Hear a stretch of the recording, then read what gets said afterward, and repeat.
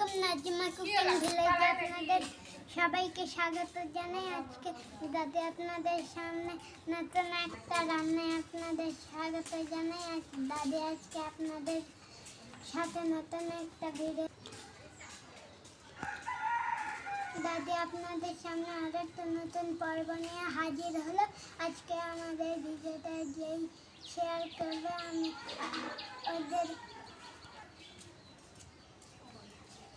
আমাদেরকে সাপোর্ট করবেন। আমরা আপনাদের ছাড়া আমাদের ভিডিওটা আপনারা শেয়ার করবেন, লাইক করবেন, যেন আমাদের ছাড়া প্রত্যেক ভিডিও আপনাদের কাছে চলে যায়। আর আমাদের ভিডিওটা আপনারা সবাইকে দেখাবেন আমরা কত কষ্ট করি। আমরা যদি হলো প্লিজ সাবস্ক্রাইব করবেন আমাদেরকে, তাহলে আমরা নতুন নতুন ভিডিও আপলোড করতে পারবো। আপনারা যদি লাইক না করেন তাহলে আমরা তো আর নতুন করে ভিডিও বানাতে পারবো না। আপনারা ভিডিও বানাতে সাহায্য করবেন, আমাদেরকে আপনারা অনেক সাপোর্ট করবেন। প্লিজ বন্ধুরা, আমাদের দাদিকে আপনারা সাপোর্ট করবেন। দাদি যদি আমাদেরকে চলুন বন্ধুরা, দাদি এখন রান্না শুরু করে দিয়েছে, আপনাদেরকে দেখাই। ভিডিওটা আপনাদের সঙ্গে শেয়ার করবেন। পুরো ভিডিওটা শেষ পর্যন্ত দেখতে থাকুন। চলুন।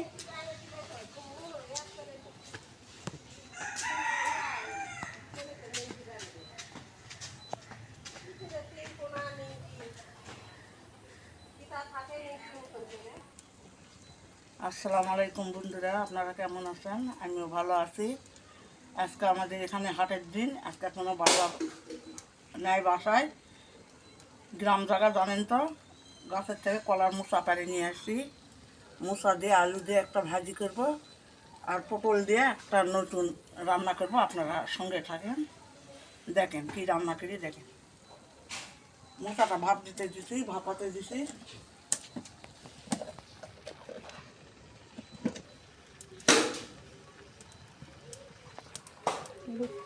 একটু হলুদ দিলাম, সামান্য একটু লবণ দিলাম, একটু আনিস দিলাম। মোচাটা একটু ভাপিয়ে নেবে।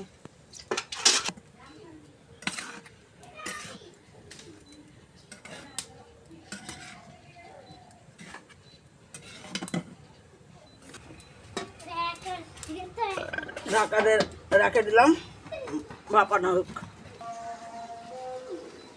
কলার মশলা আমার ভাত দেওয়া হয়ে গেছে।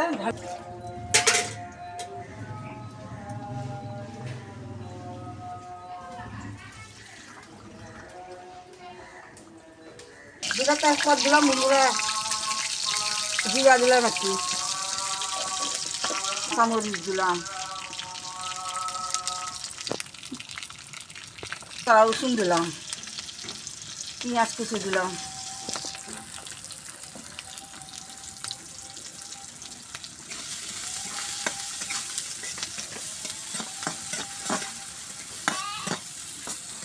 লাল করে পেঁয়াজ মরিচ যেগুলো ভাজা হয়ে গেছে। এখন আমি মশলাটা দিয়ে দেবো।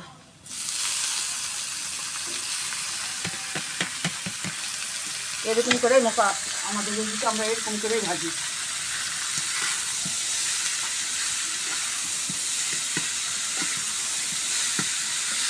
আগে ভাপানোর সময় লবণ দিচ্ছি, অল্প করে লবণ দিলাম, একটু হলুদ গুঁড়া দিলাম অল্প করে,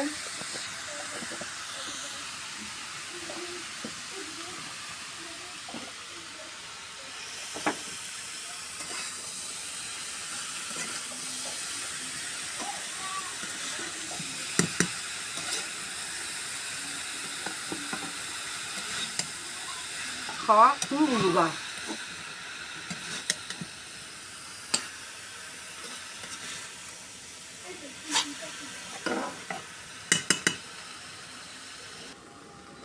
ঢাকা দিয়ে এখন সিদ্ধ আর একটু হোক।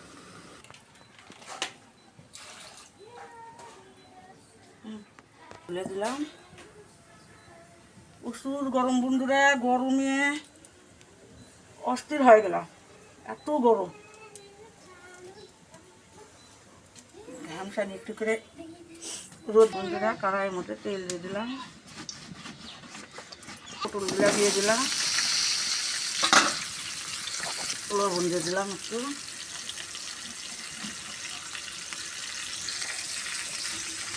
হলুদ দিয়ে দিলাম,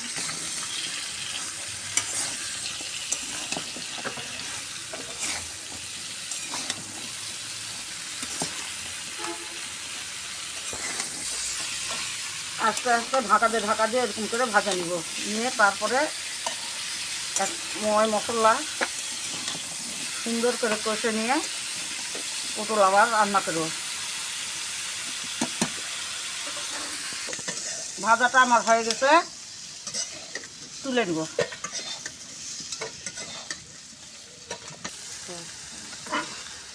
মোচা ভাজিটা আমার আর একটু হবে, লাল লাল করে ভাজবো। দেখুন কত সুন্দর হয়ে গেছে।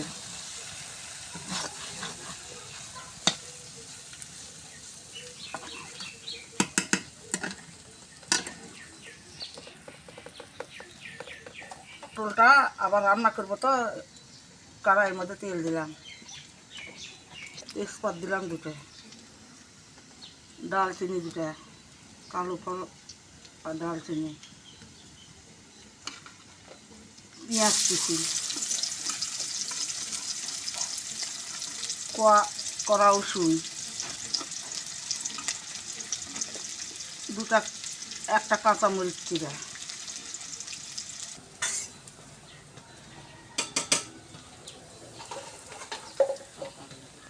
ভাজা হয়ে গেছে, এখন সামান্য একটু পানি দেব।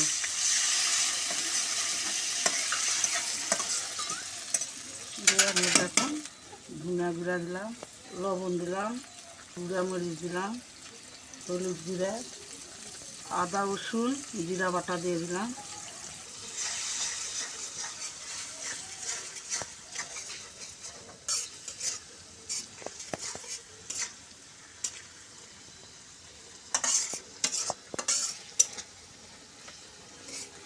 মশলাটা কষা হয়ে গেছে, দেখুন কত সুন্দর তেল ছাড়ে গেছে। এখন এর মধ্যে আমি দিব চীনা বাদাম, বাদাম বাটে রাখিছি, সরষা দিয়ে বাদাম বাটে রাখিছি, ওটা দিব। মাছ মাংস না থাকলে এভাবে রান্না করে নিরামিষ তরকারি খাই, দেখুন খুব স্বাদ হবে।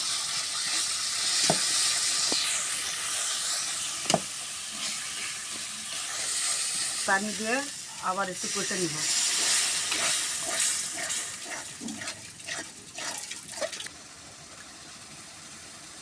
একটু স্বাদ হওয়ার জন্য একটু চিনি দিলাম।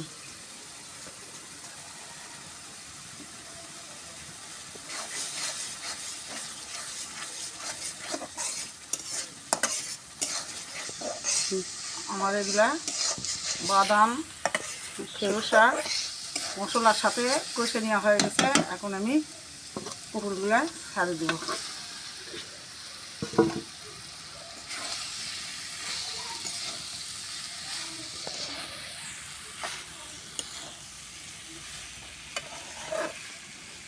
গন্ধটা তো সেই সুন্দর উঠছে, সেই স্বাদ। মাছ মাংস চেয়ে এটা দিয়ে ভাত খাওয়া যাবে অনেক।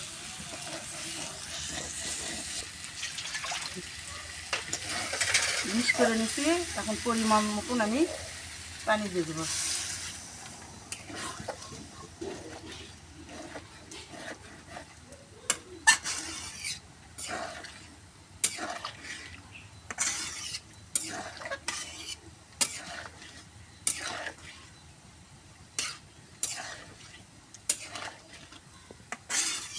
এখন আমি ঢাকা দিয়ে রাখলাম, আর এই দেখুন আমার হয়ে গেছে, দেখুন কত সুন্দর তেল ছাড়ে গেছে।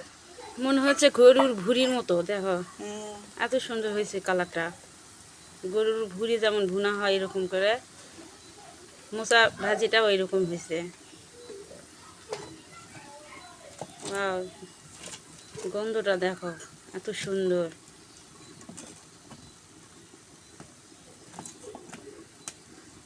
এটা মোচা ভাজি মনেই হবে না, মনে হবে এটা গরুর ভুড়ি।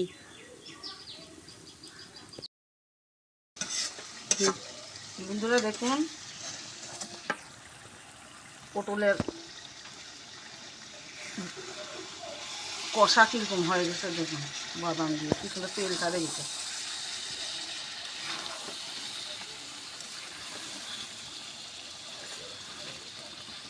হয়ে গেছে, এখন নামিয়ে নেব।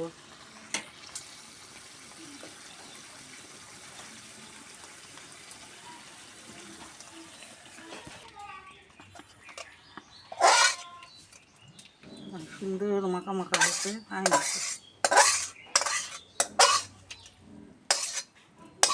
কালার আসছে। গন্ধটা দেখছো?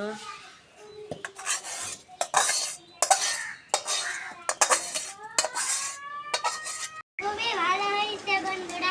তো আপনারাও এরকম ভাবে বাসায় বানিয়ে খাবেন। হাতে বসছি পটলের দিয়ে বাদাম দিয়ে একটা কষা, পটলের কষাটা খুবই ভালো খুবই হয়েছে ভালো হয়েছে। তার সাথে মগুজ ভাজি খুবই সুন্দর হয়েছে। মগজ বলি আমরা, কেউ মোচা বলে।